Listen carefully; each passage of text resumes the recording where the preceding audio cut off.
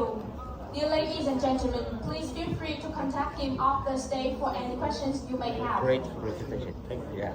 We will continue in a few minutes with an expert panel digging deeper into what Mr. Subhash Chandra just spoke about.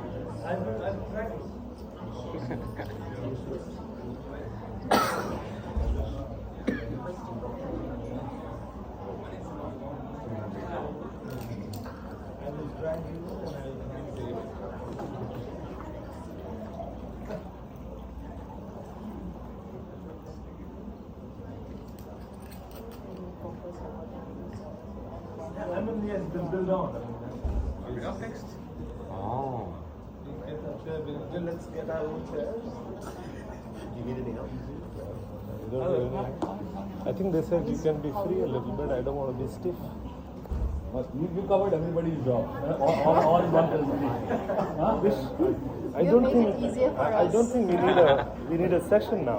Come on, man. I love this presentation. It's good. Well done.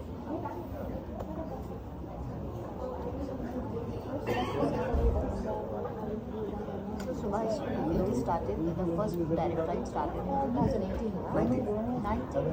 2019 February they came for meeting. तब हमने जो गाड़ी में किया था October 2019 we started in Hanoi. December we started in Ho Chi Minh City. Then pandemic came. correct. December we had just started. Indigo started in October. Somehow we survived. Yeah. जैसे आप कह रहे थे उससे पहले कैसे लेकर आते थे Indian? Thailand, Singapore, Malaysia. It takes more waiting time in Singapore. 6 hours waiting time. Sometimes 12 hours in Thailand. It's back.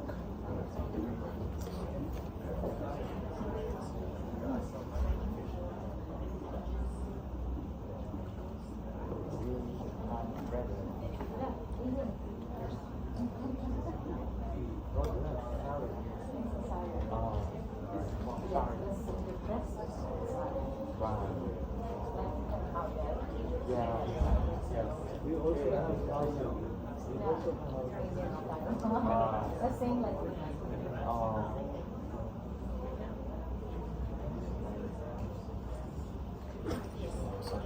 It's okay.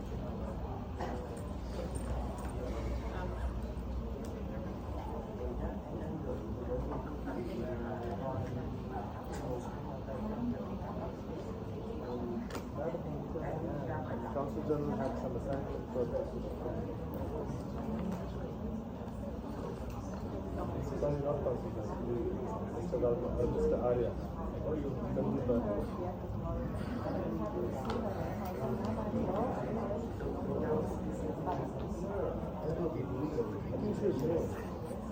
Come and do the restaurant.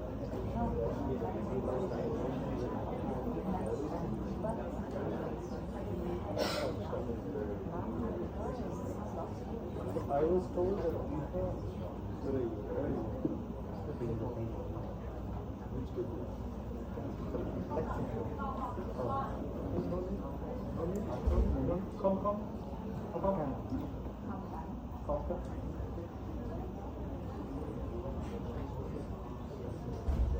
So,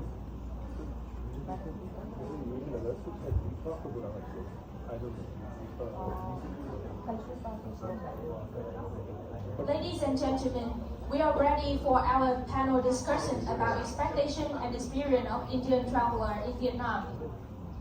Please welcome to the stage Mr. Parker as the moderator of today's panel discussion. Mr. Parker is an accomplished sales and marketing professional with more than 20 years in all segments of the service industry. He's now currently working for Ariana Tourist Complex, including Furama Resort Da Nang. We welcome Mr. Dinesh Rajadhathiam. Mr. Dinesh is a renowned wedding planner and specialist celebrated for his unparalleled expertise and creativity in crafting unforgettable celebration. We welcome Ms. Nidhi Arora. She founded in 2018 Banaras Indian Restaurant, meanwhile the largest Indian restaurant chain in Vietnam, with a reputation as the premier destination for Indian cuisine. Completing the panels is Mr. Vinesh Mani. Mr. Vinesh Mani is an accomplished leader in the hospitality industry, currently serving as the General Manager for Oakwood and Richland Residence Saigon, winner of the prestigious World Luxury Award. Good afternoon, and this is amazing. I have also a surprise guest who I will invite. We would like David to come over with us and sit from suppliers, from a hotel point of view. So David is joining us on the panel. It's amazing to see. I don't see a single chair which is empty right now except the David's chair. This shows that how much interest we have to discuss why India, why we are looking at India as one emerging market, and why we want a discussion here. From Subhash, I gathered 2019 when I came to Da Nang, I came by AirAsia. I couldn't land anywhere in Vietnam, and I had to come through Thailand. And today we have 60 flights a week. I mean, this is amazing.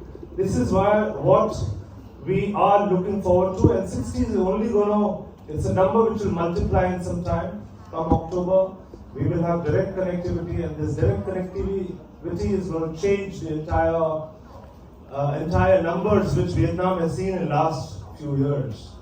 Da Nang has a potential to become, in the whole of central Vietnam, I think Da Nang has a potential to become a MICE capital, a wedding capital, a leisure capital, because it has so many things to offer. So we have various things to talk about. We will discuss in different we have people, experts from different fields. We will discuss, wedding segment. We will discuss something on the restaurants because that plays a big role. We have David who will highlight on the challenges which we see from Indian guests, Indian interest for hotels here. We have Vignesh who is an Indian and been in Vietnam for a while. He has been in Asia, and will also highlight on the aspects which we should look at when we are dealing with Indian people. So we'll start with you, Dinesh. Why? Dinesh is an expert in wedding, which you heard the introduction here, but I will give the mic to thank you.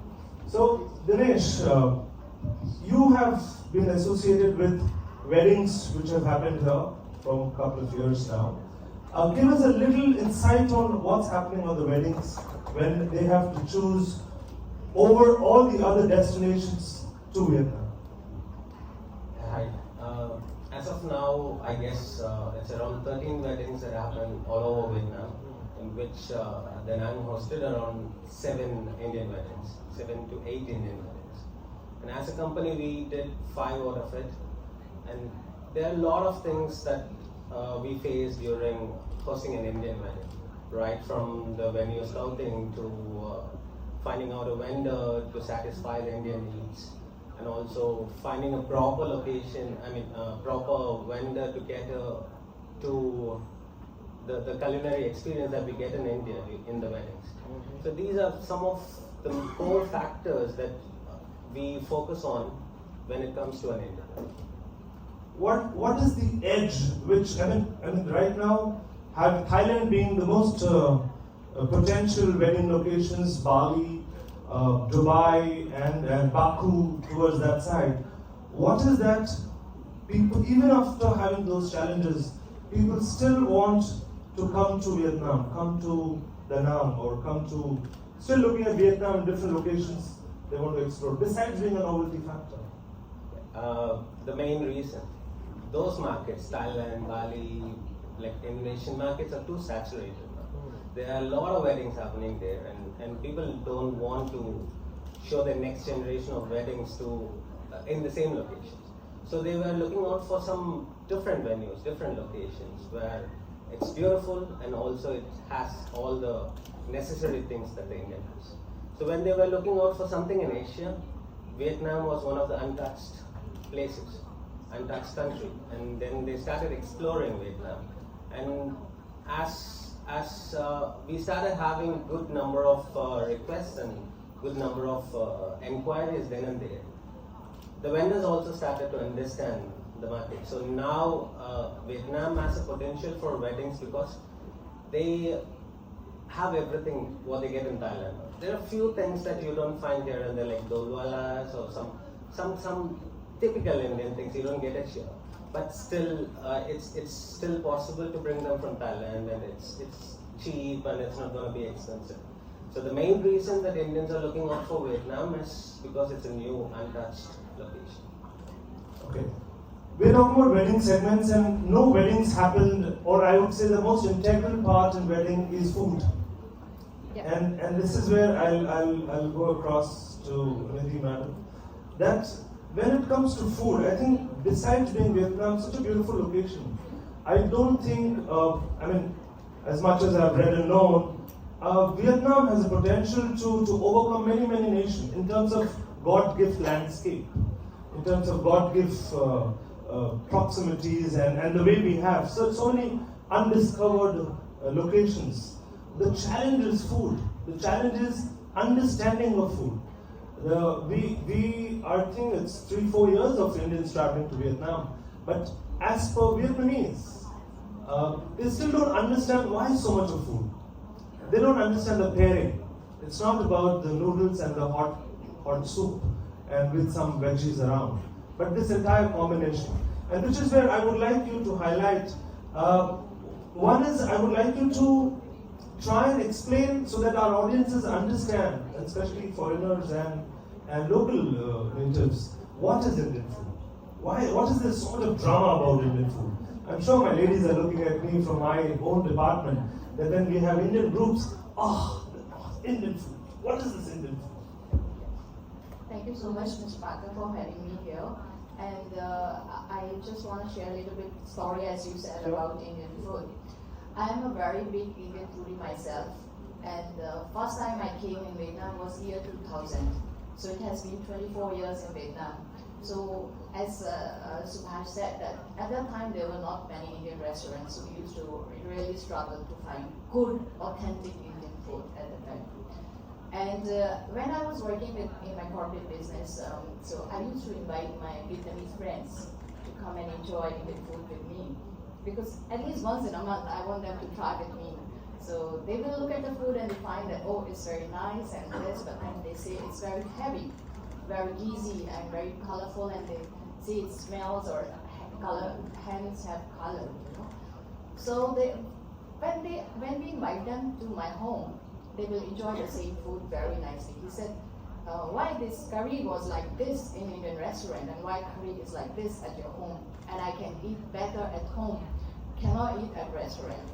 So we used to joke about it that one day I will open my restaurant and I want my Vietnamese friends to enjoy Indian food.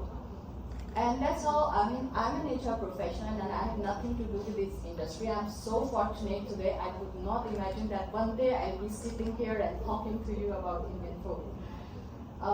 So that's how this story started. In 2018, because I import Indian commodities, I distribute to all hotels and Indian restaurants. All Indian restaurants owners are our good friends.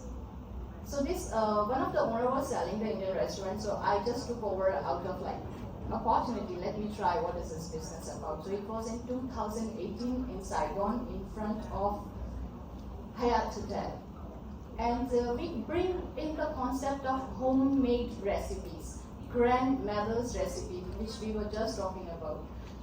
Freshest ingredients, control the cost, and with this concept, I never thought that I will be able to get an Indian tourist one day. I did not have that idea in my mind. We were going total with a la carte, fine dining, expats, Vietnamese, introducing Indian food to Vietnamese, and Indians living here because they used to crave for authentic Indian food. So this concept we started with 80% less oil, no colors, no additives, 100% natural ingredients.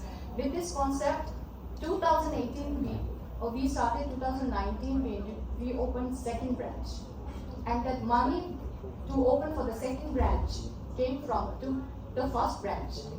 We didn't loan, we didn't invest, we earned and we invested in the second branch. And in that branch we started celebrating, like you were talking about, Indian festivals, Diwali, Holi, all these Kongi nights, food festivals, to introduce more kind of Indian food to Vietnam people. And this is where we started realizing, oh, big groups, mice groups are coming from India.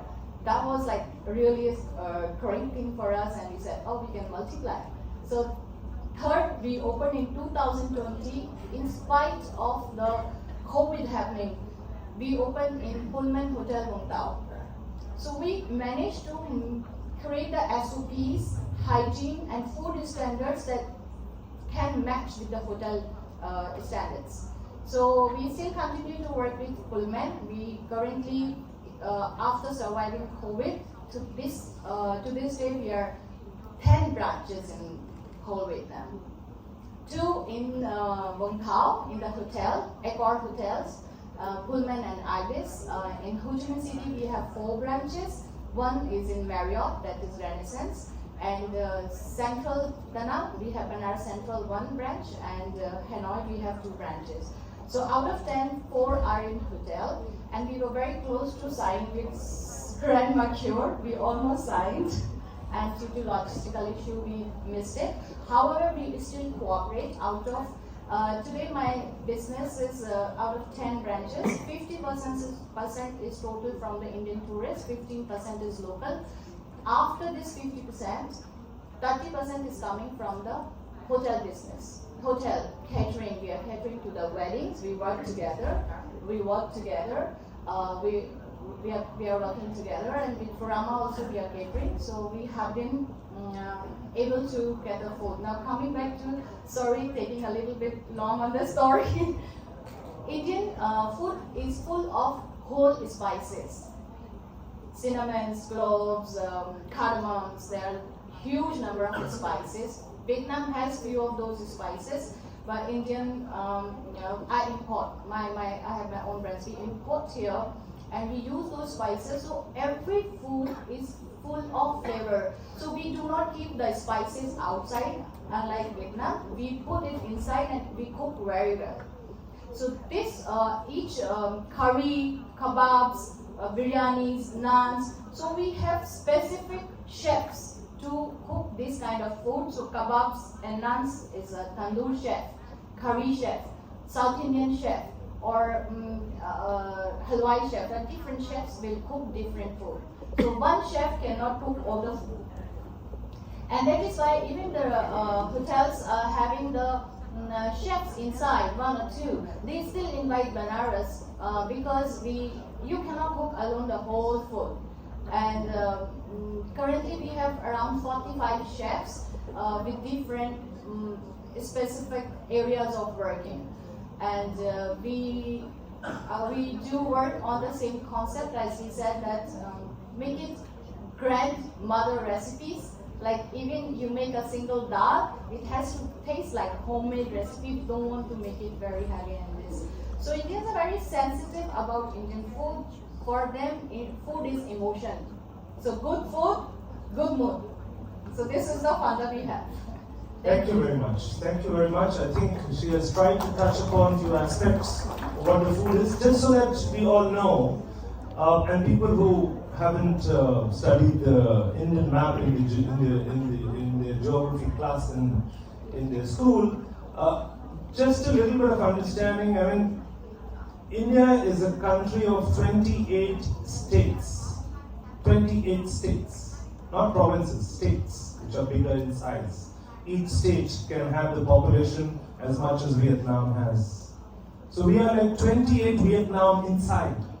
We have 8 union territories. Just think about the size. We are the size of Europe, including UK. And it is similar to Europe. As you travel from Germany to Italy to France to Belgium, they all have different cuisine. Similarly in India, every 28 states have different cuisine. Every 200 kilometer, food changes. People change, color change, the look and feel change, language change. We have more than 35, 40 languages. We have more than 25 scripts. So if you think that you know India, I don't think even an Indian knows India. Okay? So never ever think, oh, I know Indians, I know them, I will handle, or don't worry. Take every Indian seriously. He can be a god or a monster. Because as Subhash already showed about the expectations, I mean, the man is wearing a shirt of a gold, but asking you a discount. So never assess him in what he's asking. He could just buy anything under the roof. Yeah. So coming back to food.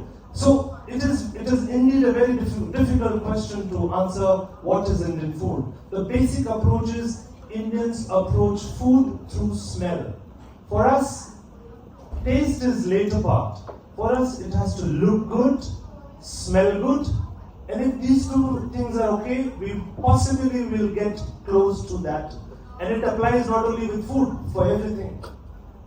And whatever things in life, it has to look good, smell good, and then we enjoy. That's the concept.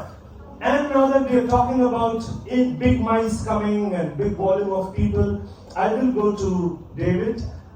In terms of all these mice and travel happening, they all are getting into hotels. And you are sheltering them, you are giving them room service, you're giving them food in your restaurants, they're utilizing your recreation activities. What are those few things which you think are the challenges and you have find your ways of overcoming it? Okay. Firstly, previous to being in Vietnam, I lived in Thailand for 8 years, and I was in Phuket, which is a very, very strong destination for Indians, and as you saw previously.